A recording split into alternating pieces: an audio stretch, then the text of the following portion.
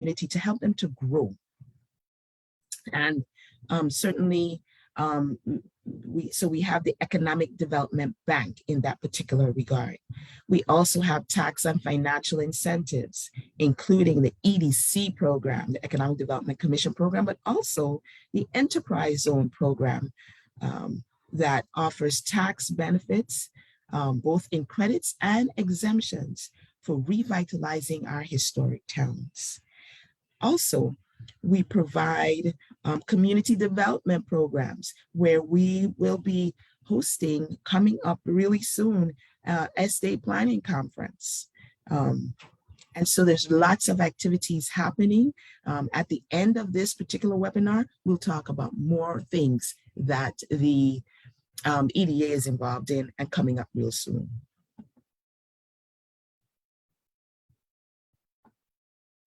Today, we are honored to have Mr. Sean L. Krigger, who is the Director and Deputy State Historic Preservation Officer out of the Department of Planning and Natural Resources in the Office of the VI State Historic Preservation Office. Mr. Krigger is a Virgin Islander, and I didn't check to see how many generations his family exists here, but quite a few.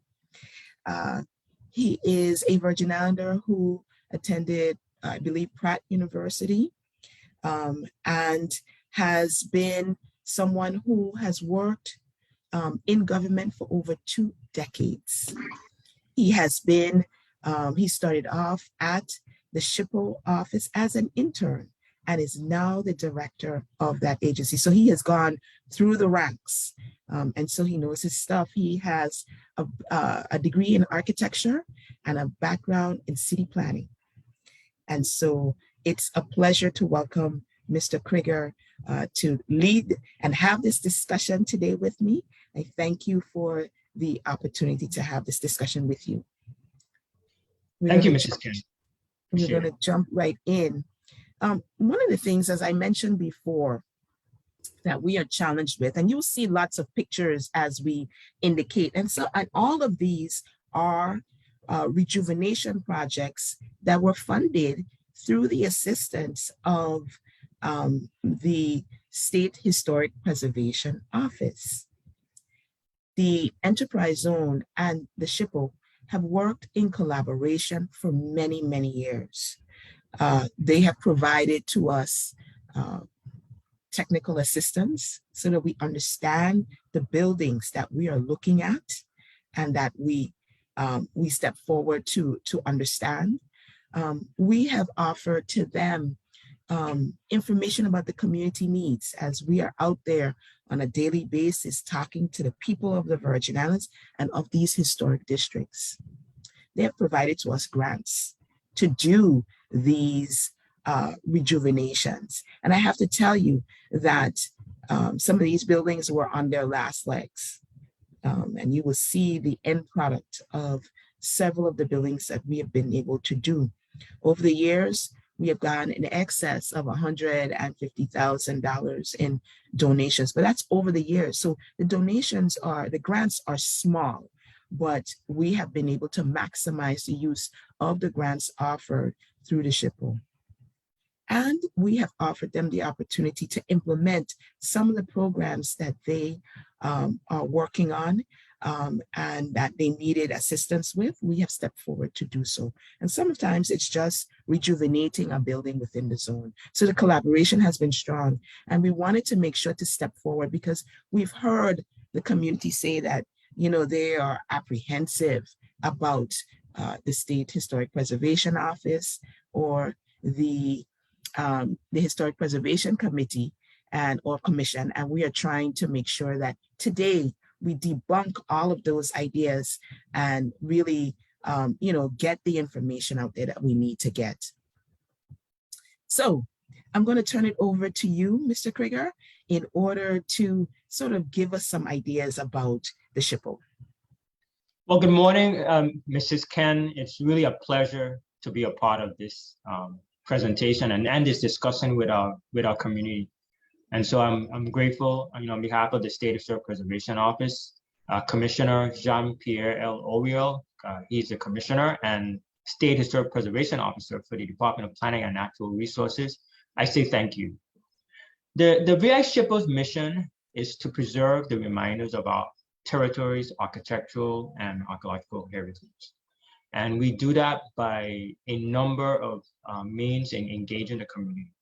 We work with federal agencies, we work with Virgin Islands, government agencies and local nonprofits, NGOs, private sector developers, and individuals in helping to preserve these resources, these valuable resources that once they're lost, they are they can't be replaced. And so we have both, a federal and a Virgin Islands mandate in doing this. And ultimately, it is to preserve the Virgin Islands. What makes the Virgin Islands unique? Our built environment, both our historic and our archaeological heritage. And next step, please.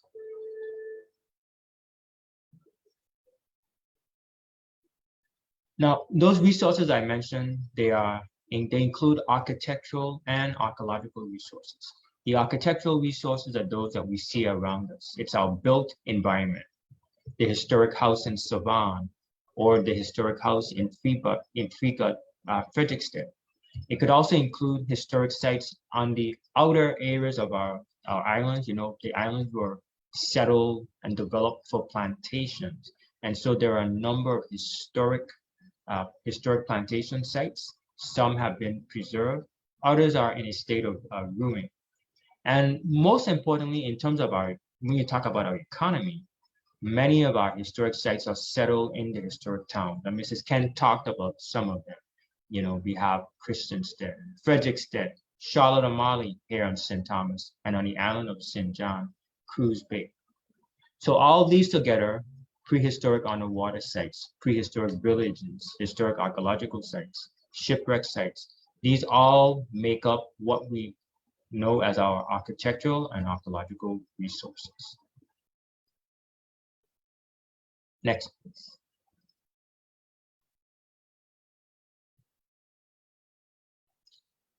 So we are guided by both a National Historic Preservation Act and a Virgin Islands Historic Preservation Act. It's known as our federal mandate. So under the National Historic Preservation Act, we are charged with doing a number of things to ensure the protection of our architectural and archaeological resources within the Virgin Islands. And they include to conduct a comprehensive survey of all our historic properties, to advise and assist federal, state, and local government agencies on historic preservation matters. So any activity that's taking place in a territory, for as an example, that's being done by a federal entity, they have to consult with the SHPO through a process known as the Section 106 review process. In addition to that, we are also charged with maintaining a historic preservation plan. As you know that saying, if you don't plan, then you plan. If you don't plan, then you plan to fail. And so it is important that we have a plan. It's a state level plan for the Virgin Islands that guides us on how we deal with our historic resources, both archaeological and historic, but also what is in the government sector and also in the private sector. And so we're actually getting ready in the year 2022 to update our Virgin Islands Historic Preservation Plan. So we will be engaging the public more on that in the coming future. In addition to our planning, we also do education, because that is very important. Not everyone is aware of historic preservation and what that entails. And so as part of our mission, we also engage in educational outreach efforts, both by published materials, but also there's online information. And we also engage the community on a one-on-one basis. And as I mentioned before, we are also a consultant entity for federal undertakings in the territory, and that is done through the Section 106 review process. Now, in addition to our federal mandate, we also have a Virgin Islands mandate, and that's what we've been looking at next.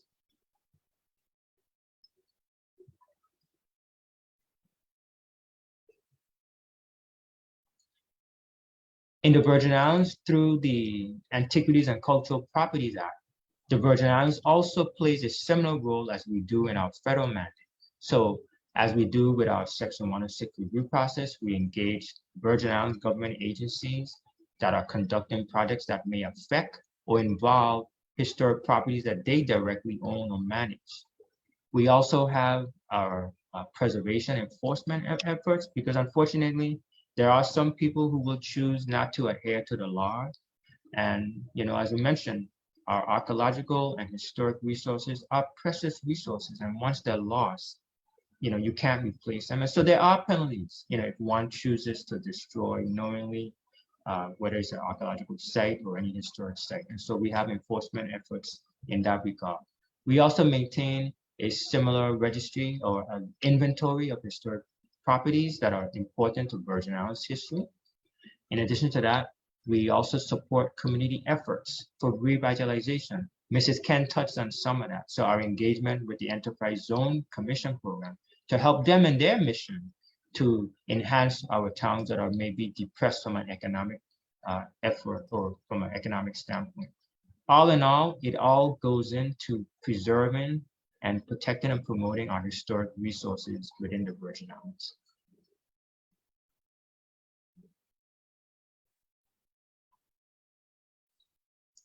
So that's just a quick overview of some of the mission tasks that we are conduct here with the SHPO.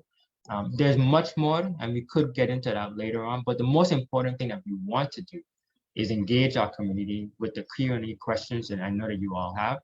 And Ms. Ken, I'd like to thank you for the opportunity just to give that brief overview of the SHPO program. Well, thank you so much. The picture that you see, and I hope everybody has been seeing these pictures of buildings that were done through the funding of and the funding assistance of the SHPO, the State Historic Preservation Office.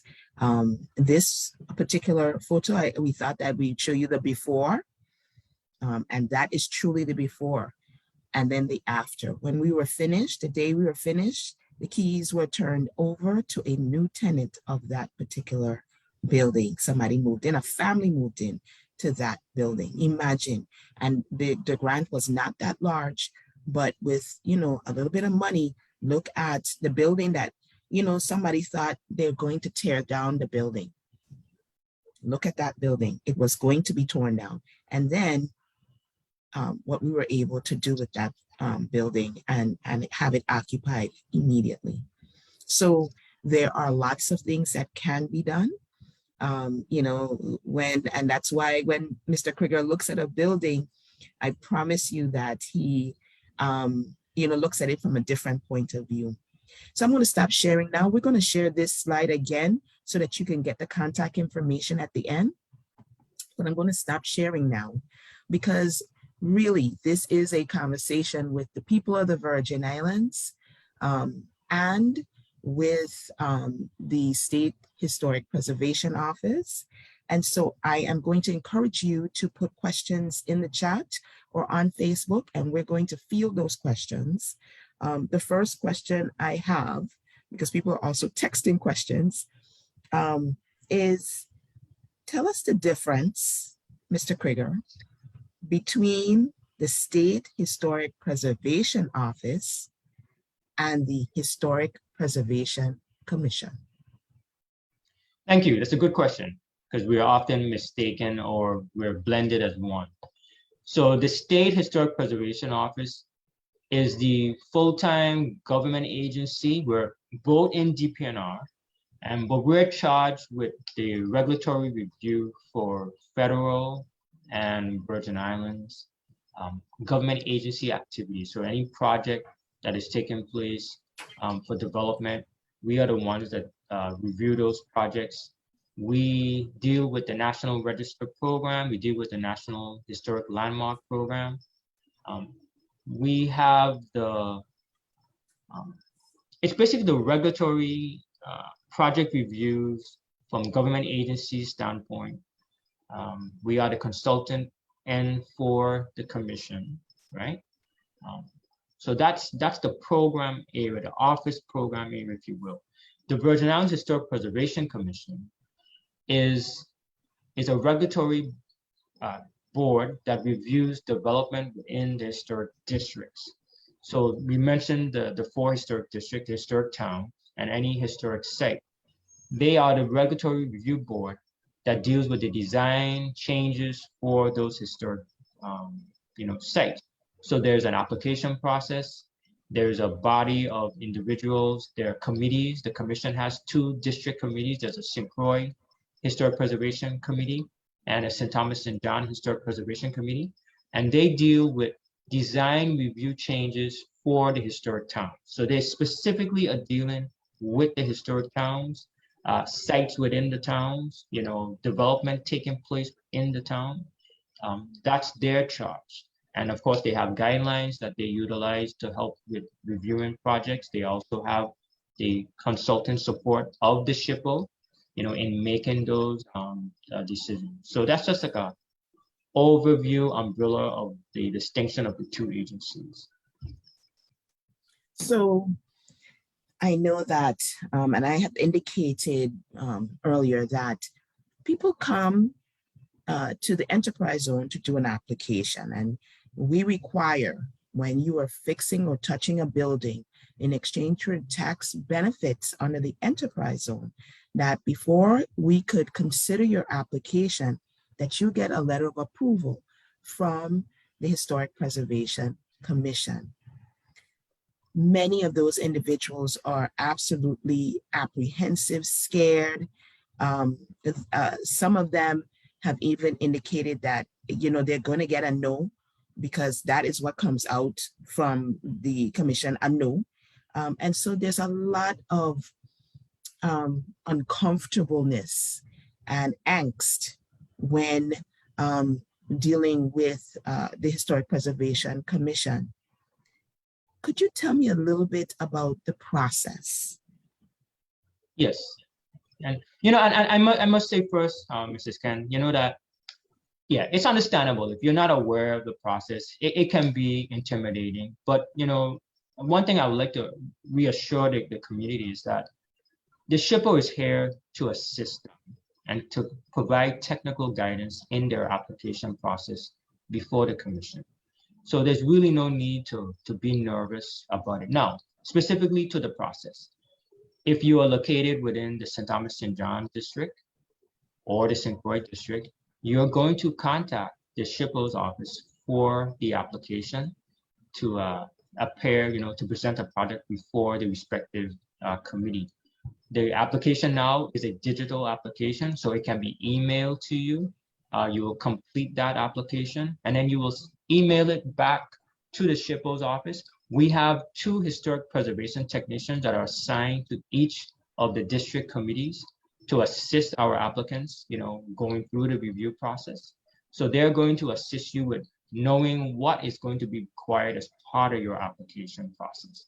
The applications are due 2 weeks prior to the meeting date of the respective HPC. And in that time frame, or even prior to that, my office, the SHPO, we will provide you technical guidance where we can have discussions with either you or your architect or your contractor on what are the do's and don'ts in applying for changes within the historic district. Mr. Krigger, and Sean, I said to you, you're going to get the hard questions today. Please, So, yes, we want them. We want them. One of the, in all honesty and in reality, it is thought that the SHPO and HPC are filled with preservationists and are against economic development and moving forward and progress. How do you weigh the two? How do you deal with, trying to help us to progress as a people while still looking to preserve the buildings? How do you bring those two together, or do you?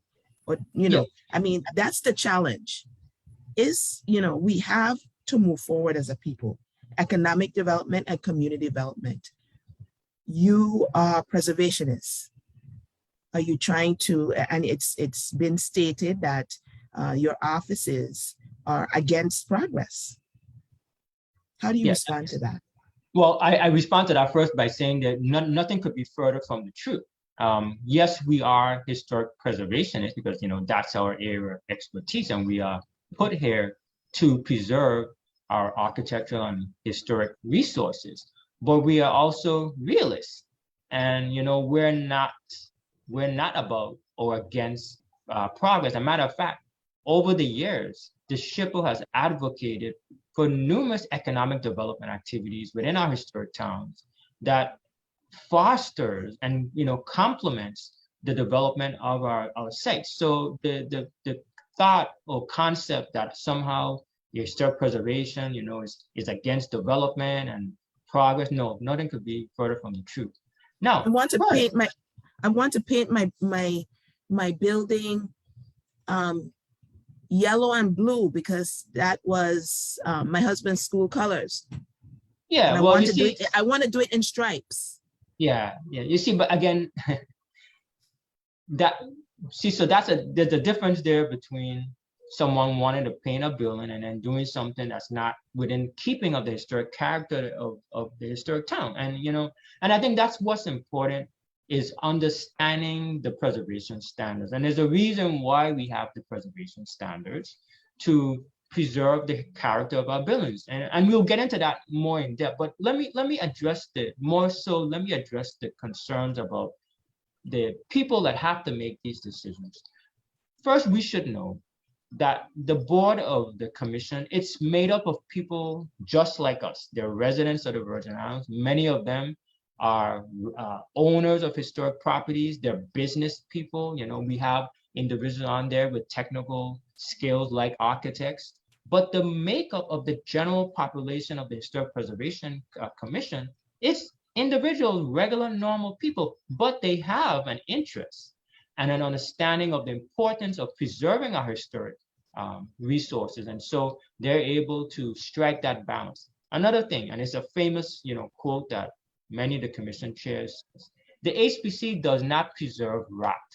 They don't preserve decay. So rest assured, if you have a building that's historic and it needs repairs, it's degraded, you are going to get the approvals to fix your building so that it's safe and sound, to be usable for you, because we want your buildings to be usable. We want them to be economically viable for you. It doesn't do anyone good if we have buildings, rotting away. So just, they understand, trust me. And we want to talk more about who is makeup of the HPC. I could list many of the members, so you can see that these are regular Virgin Islanders, just like you and I. Thank you so much for that. And we may revisit it because, that is a sticking point. Yes. I know that, and I know that the more that there is a historic integrity to the town, that more funds can come into the town. Right now, you are working and you are actively involved in a major grant program. That first phase one is now over. And there are many applicants, as announced through the press release, that have received benefits.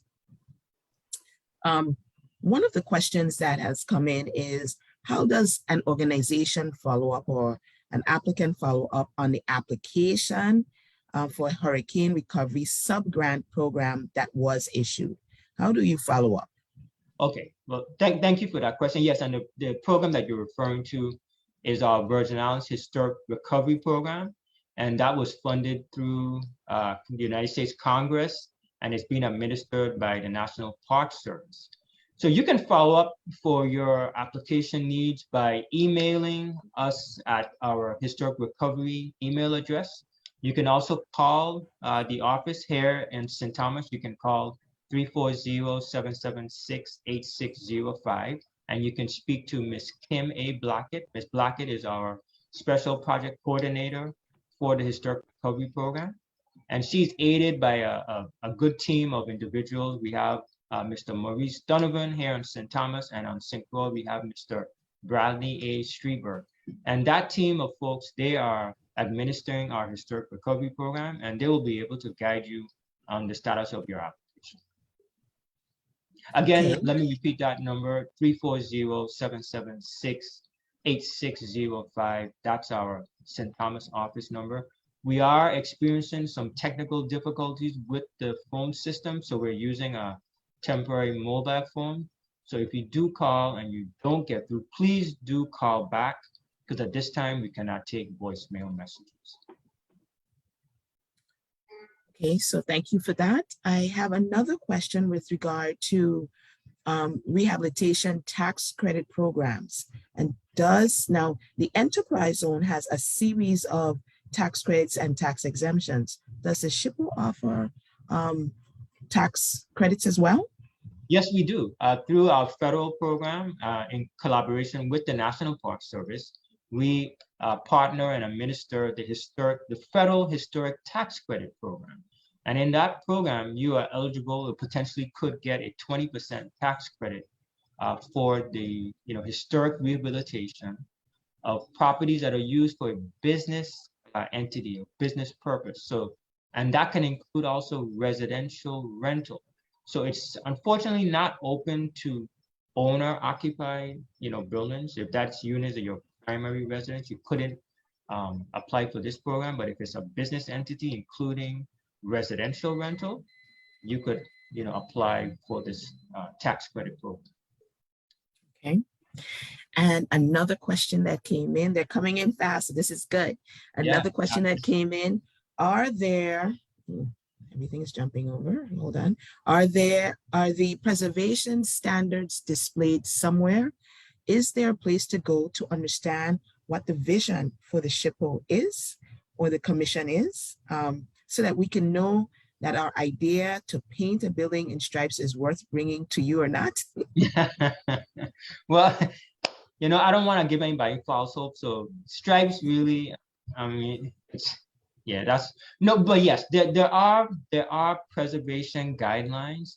Both the SHPO and HPC, we utilize the same preservation guidelines. There are 16 guidelines, and they span from signage, paint color, how to properly repair your either masonry or wood structure, standards for windows and doors, roofing, architectural metalwork, landscaping, new additions, and new construction in historic district. So these preservation guidelines are available. They're in an electronic format, so we can email them to you. I will have to check to make sure they're on our department website. Now, in addition to those materials, we do have a presence on the DPNR website. So you can go there. It's no www, just dpnr.vi.gov. And you'll find our website, our webpage there. And there are other guidelines that you can also look at. So not only does the SHPO maintain preservation guidelines, but the National Park Service, they also have what's called preservation briefs. And there you will find more in-depth technical guidance for historic preservation matters for either your archaeological or historic site. So both the telephone number and the website address is in the chat. So you can access those. And I would suggest that you go ahead and check the chat. The telephone number for Ms. Blackett is in there. And for the goals and the strategic plans for historic preservation for the territory is also, the website is also, the URL is also placed in the chat as well. So we thank you for that. I wanted to know, I saw a question from Mr. Gutierrez. Did we answer your question, Ted? Well, what was Ted's question? His question was with regard to balancing economic development with preservation. Yeah, you brushed on it. His question was with regard. Okay, so let's go back and make sure that we have specifically answered that question, and then I will ask other questions. How does the Historic Preservation Commission, I think is what you were talking about, and the SHPO balance preserving history and progress for new businesses or development? Oftentimes, some of these historic buildings and areas are very dilapidated, and there is much resistance towards new projects in those areas that would actually benefit the buildings and the areas. Thank you. Well, thank you for your question. So it's a good question because it helps to bring out the process, the consulting process that has to take place when one is seeking, those balances. So with the HPC process, and the HPC process is a large process in on itself, SHPO. So I'm going to be touching briefly on it, but from the SHPO standpoint, because we also, as I mentioned, we also do reviews with federal agencies and our local Virgin Islands government agencies. And so it's a consulting process. And we have to look at, the overall proposal for a development. There's pros and cons. There's going to be adverse impacts. You're talking about dealing with a site that maybe is, in a ruinous state. And we have to look and determine what's the value of maintaining, but also if there's an opportunity to, remove. So sometimes that is an option. We don't always, like I said, we don't always preserve everything because you just can't in general. And we are realists, but there is a balance that has to take place. And so in any type of development, it's a planning effort. And so one of the requirements that the SHPO has when reviewing developments is that we have to have a phase 1 study and a phase 1 archaeological study. And that includes both a review of the historical record for that site and an archaeological review.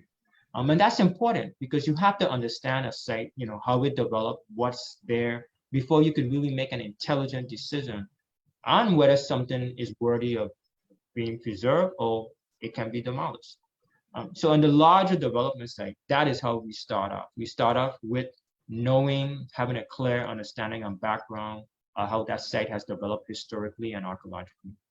In the historic districts where you're dealing with an existing building, a standing historic structure, whether it's in a ruinous state or it's in a decrepit state, we look at that building, and just as we do with our development sites and archaeological survey, the first step is really a historic research, a historic structures report. You have to analyze that structure, really know and understand its existing condition before we can make an intelligent, decision on how we're going to restore it, enhance it, or in some cases demolish it. And one of the examples I think Nadine will be able to show you at some point is a building in the historic district Savan that we dealt with a couple of years ago, where the car was tear it down. It's a hazard. It had sustained significant damage from a hurricane. Literally half the house fell in the street. But this property was an important property. And we knew that from the historic input, from the historic guide. We had talked to the owners, but also our own research. It actually was the childhood home of Addie Otley. And in the very cellar of this building, and here's, you can see the house here that I'm referring to. This is Gasigata 1A. It's in the historic neighborhood of Savan. And this house represents the vernacular structures that make up the majority of our historic districts. And so these are important buildings, and they speak to our built heritage, but it also speaks to our social heritage, especially when you talk about the population, and the experiences of enslaved Africans and how they came out of that slavery experience to develop, their lives and homes and so forth. And so we determined that this house had significant value and we could not demolish it. And so working with the owner, Mrs. Maria DeGraff, the late DeGraff, we had a skilled architect and a skilled contractor. We were able, as a team, to save this property. And so, like I said, it takes research, it takes engagement, it is a negotiation process, but we do deal with, realistic outcomes. So thank you for that question. There was a question in the chat. Is the application for the Enterprise Zone Commission open? So we have several applications. We have two applications, really. One for tax benefits, and you can find that online. And there is a application for rejuvenation. Right now, And rejuvenation means that we will come out and we may do small fixes. We'll do a scrape, we'll do a paint on your facility. There is a waiting list for that particular process and service, as we have to get grants.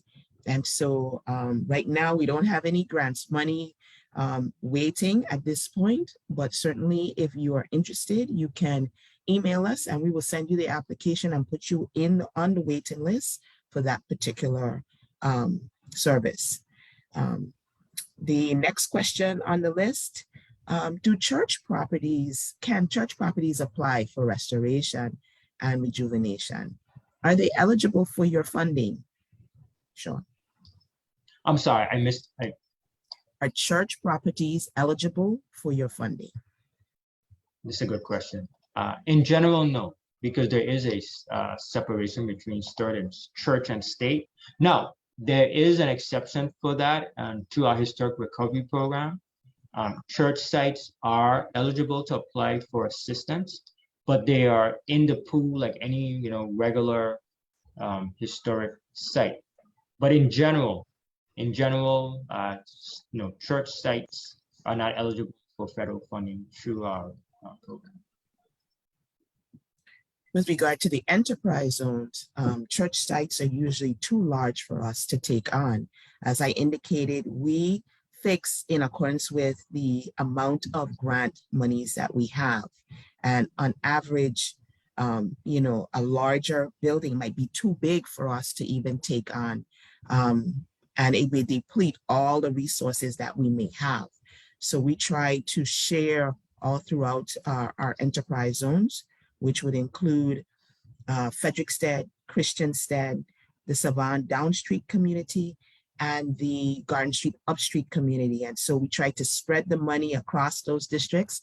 And so we don't have enough funds to take on usually a large edifice like a church. Are the preservation standards displayed somewhere? Okay, so we did get that question in. Let me see what else. What is considered historic? Okay, yes. So I saw that in the chat too. And so as a baseline, any site structure that is 50 years or older is considered historic. Now, that's just to capture, just so that you capture by a broad net that something is historically important. But within that, there are standards or levels of historic significance. So, something could be historic because of association with an important person, like, for example, George Washington slept here, and that's kind of like just typical.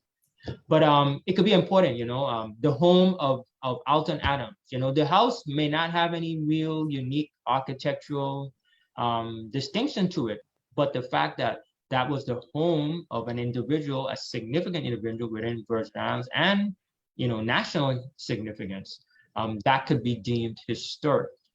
You could also have a site, it's historic and important because it is a site of great archaeological research, or it bears archaeological importance that can lend to further understanding a historical period in our time. For example, there are many sites in the Virgin Islands that are important because they're archaeological sites of our Native American settlements, what we call prehistoric. And so these sites are preserved because we don't really know a lot about the population that settled in these islands before European settlement. And so we preserve these sites because they bear scientific information. They're analyzed, they're carefully excavated. And in that excavation process, there's great research, there's great knowledge that is yielded from that. And so you could have, as I mentioned, association with an individual. The building itself may have importance, or it's because of an event that took place there, or as we mentioned, archaeological. Thank you.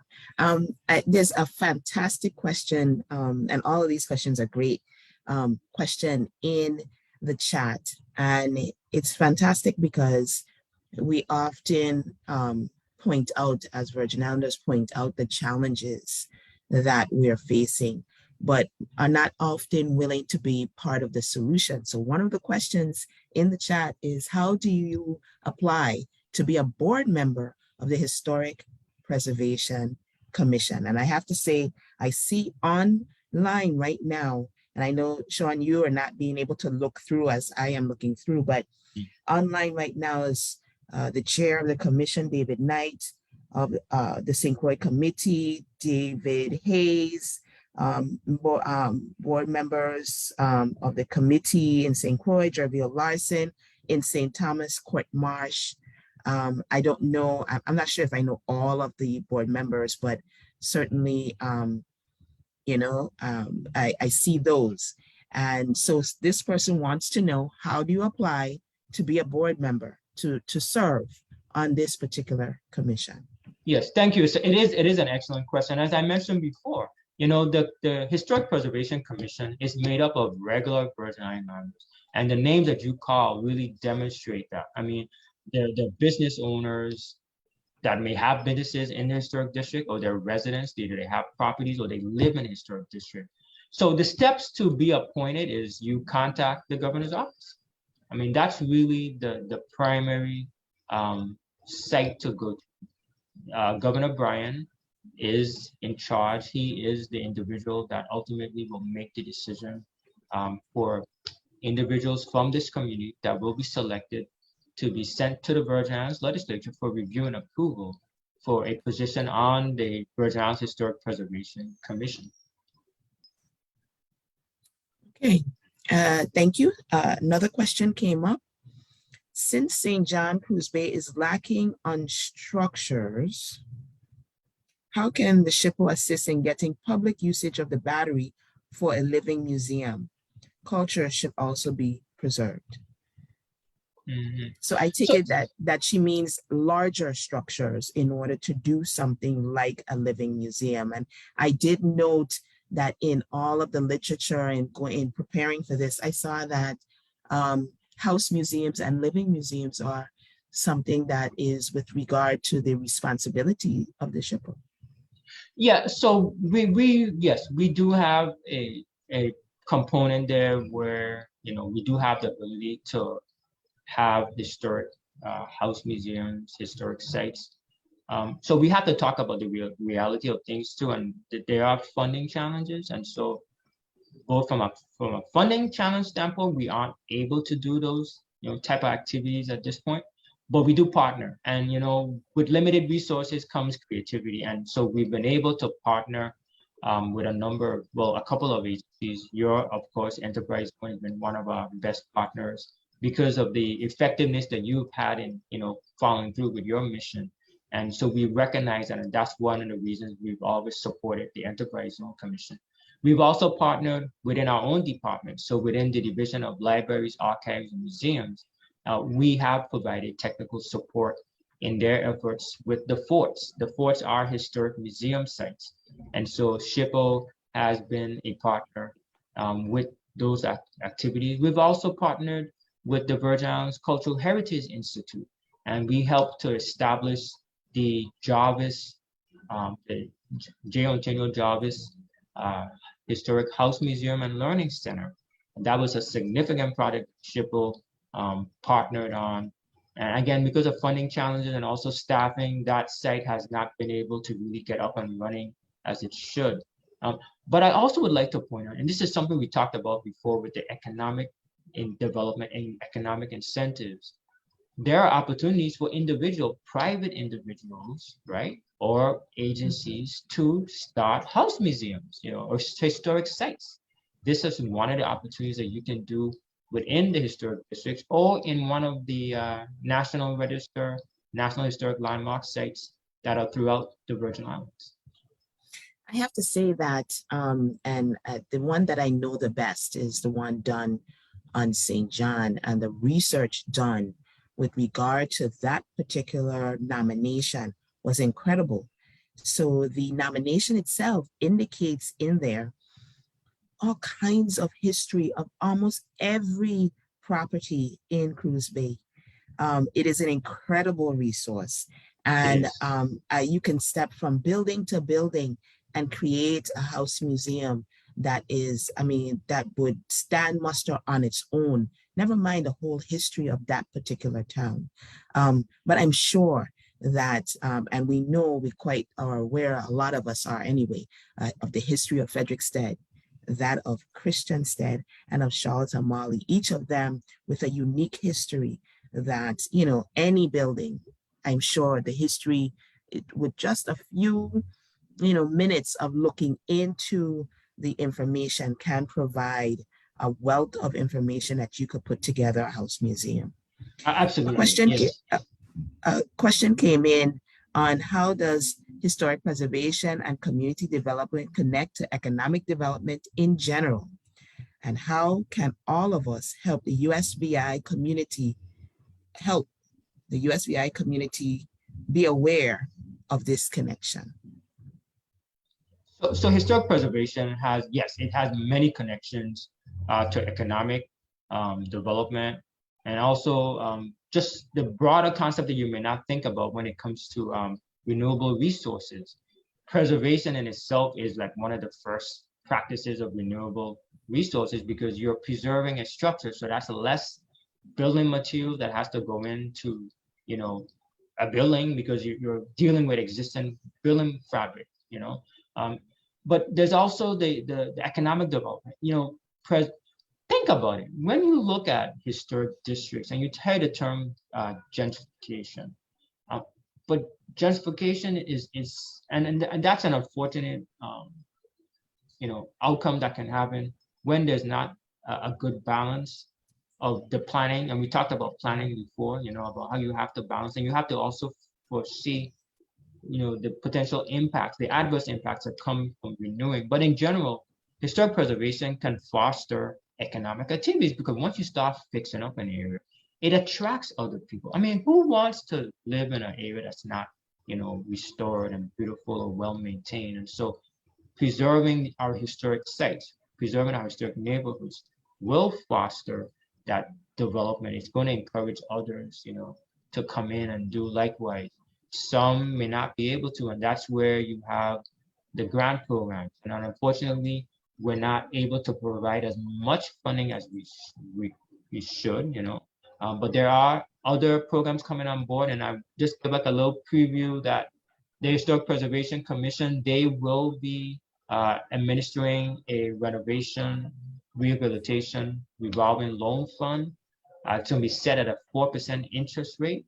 And if I can kind of just say, you know, we hope to be partnering with ADA on that, the administration of that program. And that's going to help individuals that may not have the capital to do these renovation work up front. Also, we touched on the tax credit program, but let me talk a little more about that and how these tax credits can be combined. So you have the federal historic tax credit. You have enterprise zone tax credit, right, Nadine, from your agency. And then there's also the housing, the federal housing tax credit. So a developer, you know, coming in, looking at potentially, you know, doing some projects in our historic districts, you could potentially combine 3 historic tax credit programs to help in your development. And so that's a significant incentive there that we should, you know, not forget about. Certainly, there are lots and lots of benefits. I'm hoping that today people get a comfort level with being able to approach the SHPO and the Historic Preservation Commission in terms of the committees, because the people of the Virgin Islands make up these committees. And so, you know, they are trying to work through and trying to preserve while trying to assist in economic development. I want to do some acknowledgements now. And one is that we have partnerships, and this is about a collaboration that has been going on for a very long time between the VI Economic Development Authority and the Department of Planning and Natural Resources through the SHPO and through the Historic Preservation Commission. we have online, and we just want to say hello to the VI SPDC, who's online. We also want to acknowledge the US EDA, as we have team members from the US EDA online. As you know, all of us come together to improve our community in one way or the other. And so we want to thank them. The U.S. Virgin Islands Economic Development Authority wants to encourage you this weekend to shop small and go out and purchase from our local companies that are providing, you know, people, it's Black Friday coming up or whatever it is, and you're going shopping. We want you to shop with our local businesses here in the territory, as we are one community, and in order to step forward in support. And I'm going to tell you, these are products that are the best, the services that are the best anywhere. So don't necessarily, you know, only go to Amazon. We're asking to shop small and shop local. And then hit us up on Facebook with a hashtag. The hashtag could say Shop Small VI or VI Shop Small, or whatever the case may be. We also want to announce that we're getting ready to open our Made in the US VI pop-up for the season. I mean, we've been getting calls upon calls. We will be opening on December 1st in the Dorsch Center in the town of Frederiksted on the island of St. Croix. And then later on in the month on the island of St. Thomas. So we encourage you to come and see us at Made in the US VI, because every product there is made in the US Virgin Islands. So please come on board with that. We want to acknowledge also that we have team members, and you can stop us anywhere and ask us questions. I would like to indicate that online you will see Selena Morris from the EDA, Simley George from the EDA, Yolanda Bryan, EDA as well, Kanisha Gums, EDA, Jana Kami, Kelly Webb, and Raheem Smith of the Enterprise Zone Commission. And he is someone that you can ask anything about both programs, actually. I also see from the SHPO, I see Patton Mulford, who is the person on the street giving information about what you can find as well. And Sean, I'll ask you to indicate the name of the person out of St. Croix. I don't see him online. But just so that his name is Phil Codrington. Yeah, okay. Phil Codrington. And then let me know something, because I failed to mention this earlier. So the State Historic Preservation Office, we are located at Fort Christian here in the city of Charlotte Amalie, and in the town of Frederiksted, we are located at Fort Frederick. So this is our home base. And so if you are in need of any services from the SHPO, or you are applying to appear before the St. Croix Historic Preservation Committee or the St. Thomas St. John Historic Preservation Committee, you can visit the respective forts, Fort Christian for the St. Thomas St. John HPC matters, and Fort Frederick for your St. Croix, HPC matters. So we have four last questions maybe to answer. So this is a fire round. One of the questions is, how does the SHPO ensure compliance? We are seeing the degradation of sites and changes in the historic district that are not in compliance with existing regulations. And we're seeing a lot of it, to tell you the truth. Yes, there is a lot. And so I want to be quick on this, because I thought we had another hour to go, because I'm ready for more questions, maybe.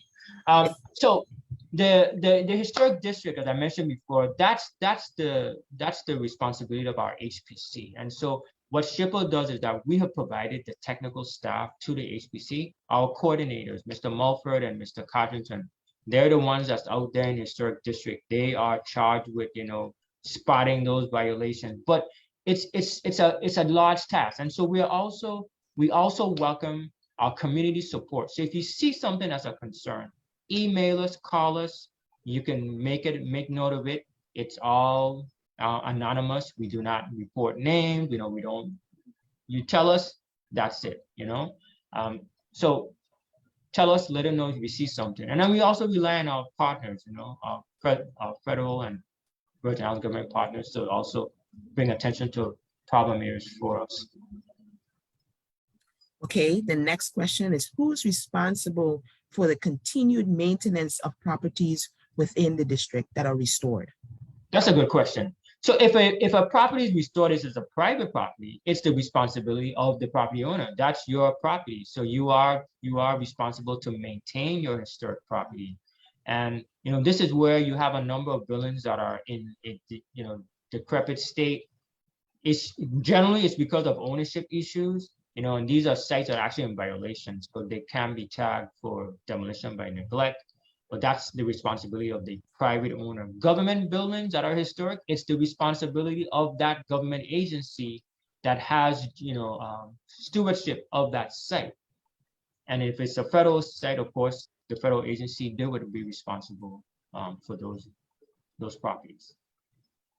Okay, I'm told by my awesome team that we can continue this conversation. For those of you that would like to continue, I understand that some of you only had an hour with us, but we can continue for a few more minutes. I want to make sure that the questions that are coming in are asked and answered.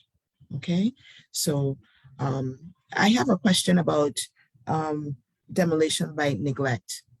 I've heard people say, I'm going to leave that building until it falls in the street and then they're going to let me take it down. Yeah. Are there any charges, or what is the penalty for doing such a thing? Yes, the Historic Preservation Commission does have regulations against that. You know, that's willful, purposeful demolition. They actually have a notice that they can issue to a property owner if it's identified that that is exactly what is being done. It's called the demolition by neglect notice. And there is a procedural process that the commission can take, you know, against individuals who are purposely evading restoration just to have their building demolished. There's also are there stated penalties for this? And is the stated penalties if you destroy a historic building or oven or something that is deemed historic within our community? I mean, yes. I need to understand, is there jail time? Is there significant fines? What is there? Okay, so let me, I'm gonna address this on two levels, because there's a SHPO program with our laws, and then you have the HPC program. So let me start with the HPC. On the HPC, yes, there is a legal enforcement process for anyone that purposely demolishes a historic site or so forth. It is a process that involves both the Department of Justice and so yes, there are fines. There are fines. Right now, the fines for HPC violations by law is $25 per violation per week. Yes, there's definitely room for improvement. And you know, I mentioned, we didn't mention this, but you know, there is some talk of legislation to look at enhancing the HPC program. It's been an effort to do that, and there will be improvements on that side. In the SHPO standpoint, under the Antiquities and Cultural Properties Act, we also have enforcement powers.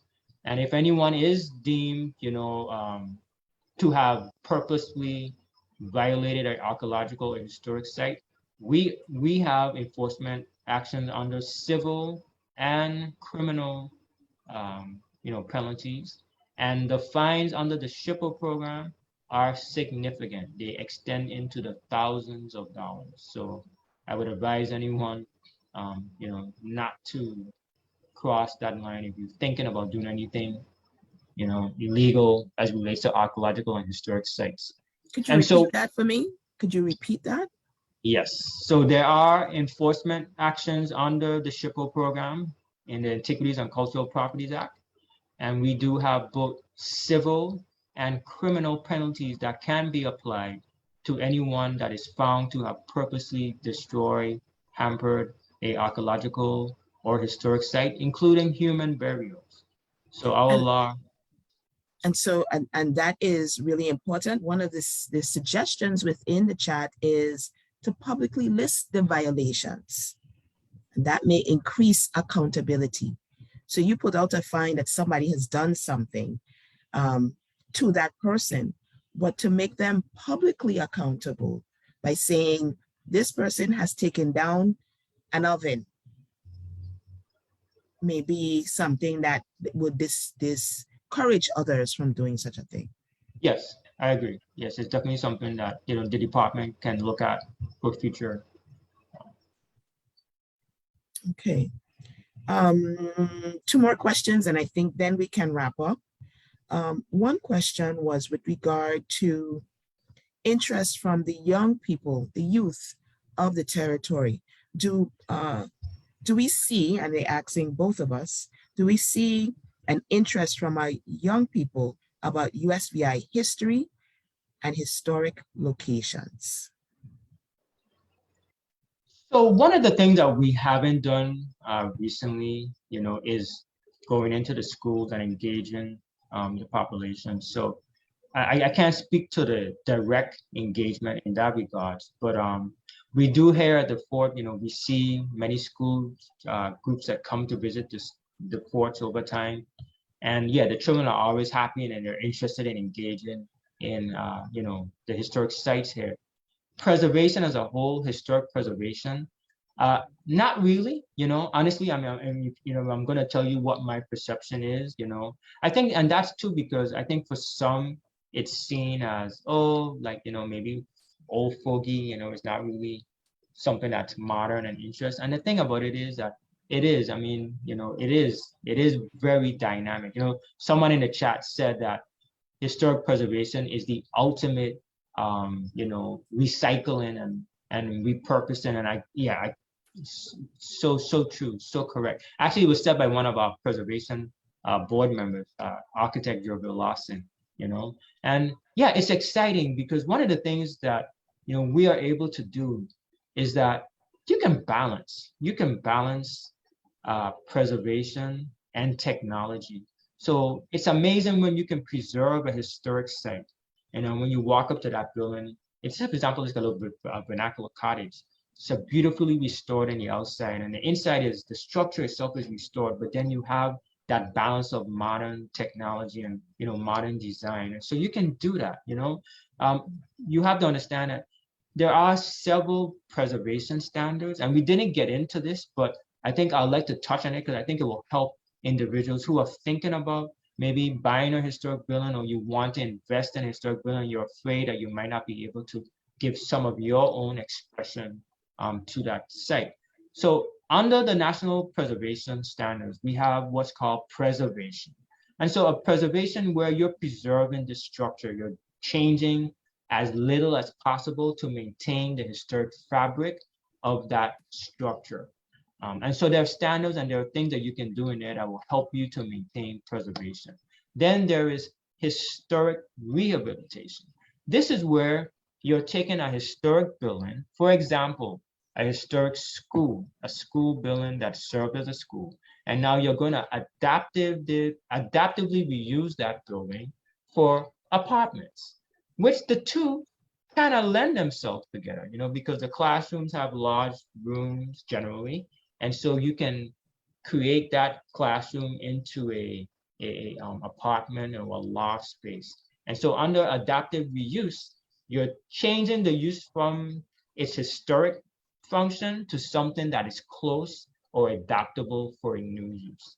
And so those preservation standards, they allow you some leeway. You know, there's certain things that you can take away, there's certain elements that you can add, but it's in a balance. And then there's restoration. This is where you're taking a structure, it's been, you know, neglected for a while, and then you're able to restore it back to a historic time frame, a historic period.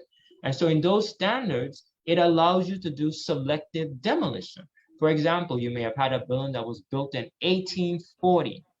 And over the years, it had maybe some major additions added to it. Built in 1840, an addition was made in 1930, and then another addition was made in 1980. So if you're able, through proper research and architectural evidence, to set that building back to its 1840 timeframe, under restoration, you could take away those newer additions, if you will. And then the final one is what we would call historic reconstruction. This is where the site is no longer there. You may only have like the foundations, but you have historic photograph, you have historic drawings that you can clearly identify what this structure looked like, and then you're coming in and you're going to historically replicate it in new construction. You try to replicate the historic techniques as best as possible, because that is part of the standards, but you may, of course, be using modern materials in achieving that.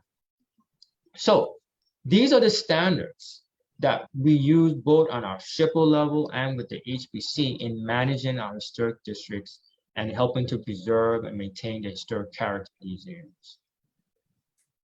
I think with regard, and thank you for that information, I think with regard to young people in and talking about history and historic places within our territory, and I am sure that Mr. Land could bear me out on that, as she's a culture bearer for sure, that as you tell stories, and this is starting at very young ages, we need to tell the stories and explain to young people as they go. So as I speak with young people in the school system, I always think that history is being taught in the wrong way. It needs to be taught as if you're taking that student back into history and they're experiencing it firsthand and Correct. Looking as an observer, right. Looking at it and seeing what's going on.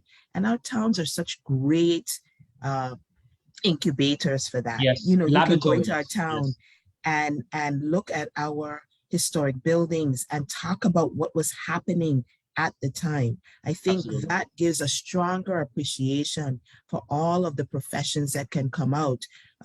Mr. Hayes spoke about someone who went and studied archaeology, but someone studying shipping, someone studying architecture, someone studying history as a straight major. I mean, all of those things come out of these, all those professions come out of our understanding and our love for history.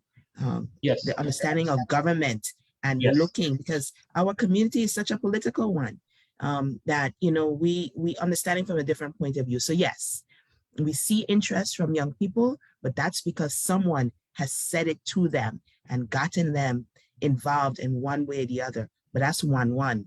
And yes, that fills a basket. But we need to do it 2-2 and 3-3, in order to build up a larger appreciation. Let me piggyback on what you're saying, because you're absolutely correct, Nadine. And that's the way I do it. When I do a walking tour, like I said, I don't go into the schools, but I have done walking tours in the past, prior to COVID. And that's how I do it. I engage the students. And yeah, the laboratory is getting out into the historic district. The other thing I want to add, because I would be remiss if I didn't touch on this, how we're going to engage the young people. It's going to be through the partnerships. And we're fortunate that there's 2 activities, or actually 3 activities taking place within the Virgin Islands. There are efforts to establish an architectural school and a cultural traditional building school, both on St. Thomas and St. Croix. VIOC and CHANT, they both have their own efforts in pursuing that. CHANT has a training program that's headed up by Frandel Gerard out of Frederick St. Croix. And she's online today. Yes, welcome, Frandel. And they're training young men, young women in the traditional building crafts. And so that's one of the ways, I think that's the better way that we are going to engage our young people. And through VIOC, and Jovial Lawson has put up the website for VIOC, they're going to be training young people in both architecture and the building crafts. We're talking about carpentry, masonry, ironworks, painting, the decorative arts. And so locally within the Virgin Islands, we're going to be doing that. And so we can't do it without the partnerships, and we're thankful for those efforts, that was started a number of years ago. It actually came out of an effort that SHPO had partnered with the Kingdom of Denmark called the Vichy. In Search of Identity. Yes. And Vichy, not right. Vichy. Vichy, oh God. Vichy. It is Vichy, Vichy. yes, Vichy was started it, but SHPO started it. It was the Danish apprenticeship program, and that's where we took Virgin Islanders, young students out of our vocational arts program, and we partnered them with Danish students and Danish building craft students, teachers coming out of Denmark, the Royal School of Academy, and they would be brought to the Virgin Islands to work along with our students to train them in these traditional arts. And then the best of the students would be selected to go to Denmark for further training. And so the hands-on, the one-on-one, yes, David Jovill listed it there. VIEDA, it was called VIEDA. So in wrapping up, Sean, because we don't want to take everybody's time. Everybody's trying to get ready for Thanksgiving tomorrow. Well, I'm ready to go to 12 because I know there's a lot of questions out there. And there's some stuff that I want to hit on too. Please tell us the one message, because maybe we need to do this again and have a different time period where we will chat for another hour. Okay. But please tell us what we need to know as a wrap-up.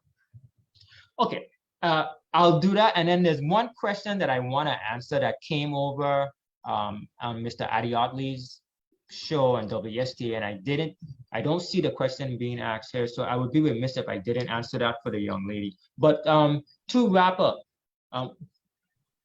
the Virgin Islands is a unique place. You know, you hear that saying, but we truly are unique. This place is chock full of history, both events and individuals and places. And we have a lot to offer this world, and we've given a lot to this world.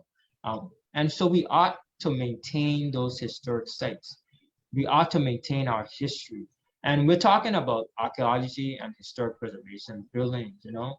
There's nothing like the built environment. It's one of the greatest testimony to the contributions of people, whether individual as a group. And so if we don't preserve these historic sites, if we don't preserve these archaeological resources, once they're gone, they're gone.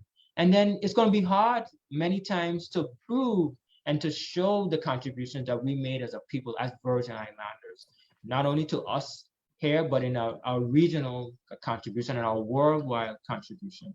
And so I encourage you to take pride in your home, take pride in these historic sites. They're ours, and we have them to share to the world. People travel the world just to see historic sites. And rest assured, we have world-class historic sites here in the Virgin Islands. And I will tell you, our historic districts can compete with any of the historic sites throughout the world. The challenge that we have is that, unfortunately, because of economics and so forth, and also not a good understanding of what we have and appreciating it, they may not be in the best of condition that they are.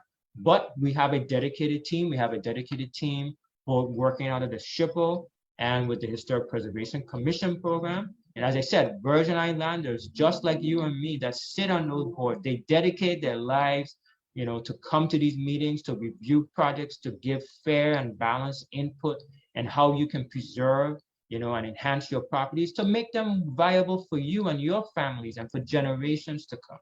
So I encourage you again, you know, reach out to us. We are available. You know, myself as the director, I also wear the hat as historic architect. You know, me and the staff here, we're available to assist you.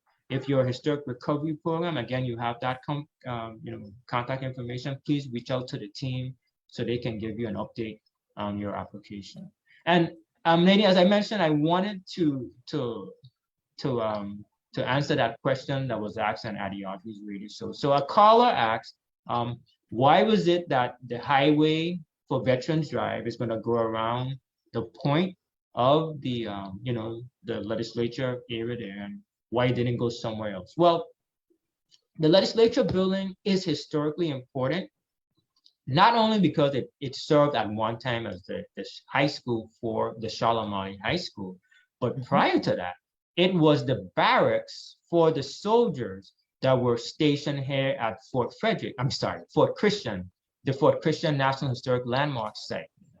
The site where the legislature is today also is important from a national standpoint because this is the transfer site. This is the site where the official ceremony took place for the transfer of the Danish West Indies to the United States of America. And so that site and the grounds surrounding it are very important, both to us as Virgin Islanders and to our nation as a whole.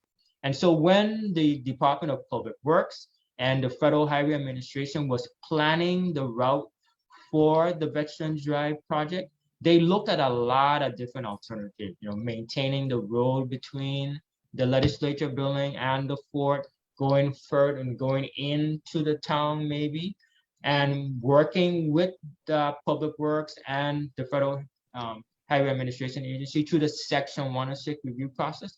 The SHPO and HPC, St. Thomas St. John HPC, we were able to advise those agencies on why it was important not to do any road expansion in the town itself, but we had to go around the point. And there were trade-offs, there were trade-offs because, we could potentially impact that point, which we are to some extent, because it is the last area of the rocky outline for the shoreline of Charlotte and Mali. But through good design and balance, striking that balance of economic, development, enhancements for our town, but with good preservation standards, I'm happy to say that we were able to come up with a design that achieved, I think, both in a good balance. So we're preserving the rocky shoreline by pulling the highway just a little bit out, which is going to create a beautiful, setting for that site. It helps to preserve what that site looked like in 1917 when the transfer took place, but also how that site functioned historically as a fort and a barracks and a battery. And so that's just a little example of how we work in both our federal and Virgin Islands mandate to preserve and enhance the historic and archaeological resources of the Virgin Islands. So I'd like to thank Mr. Sean Krigger for his statements today, and we will have, it looks like, another session such as this, because I think it's ever so important. There are other projects that we did not mention today, including the Jarvis School project and museum, where we are looking to again preserve history. It's the other side of In Search of Identity project that is being done on the island of St. Croix. There's one that's happening on the island of St. Thomas as well as the enterprise zone receiving a grant for heirs property type activity to deal with the multiple ownership issue over multiple generations and trying to get a hold of that so that we don't have buildings that appear abandoned. We also, I want to leave today with a thought with regard to, from the economic development side, on why we need to continue this preservation efforts. I want you to think about these things and visualize as I indicate them. The pyramid, or the pyramids, the Colosseum, the Leaning Tower of Pisa, the White House and the Capitol building, Old San Juan.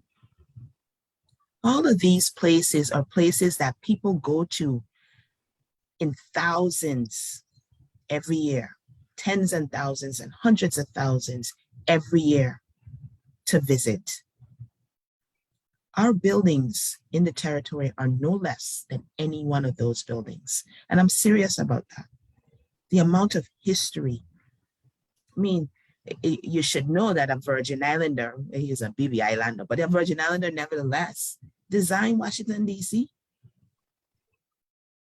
We were at the table for a lot of the things. San Francisco, founded by a Virgin Islander out of St. Croix. We have a lot of history. And again, the person who builds the Two Brother Bridge going over, Dos Hermanos Bridge going over to Old San Juan is a Virgin Islander born out of St. Thomas and created IT&T or ITT. We have such a history here that affected the world. We need to learn our own history and preserve the artifacts that are here left. And much of that is in our built infrastructure. I thank you again, Sean, and I thank you all for staying the course with us and going an extra half an hour with us today. This is really economic development at its best. And so thank you and see you soon. Look forward to seeing you at our next Wednesday webinar. Listen out. We'll send out the invitation. Take care and bye-bye. Thank you.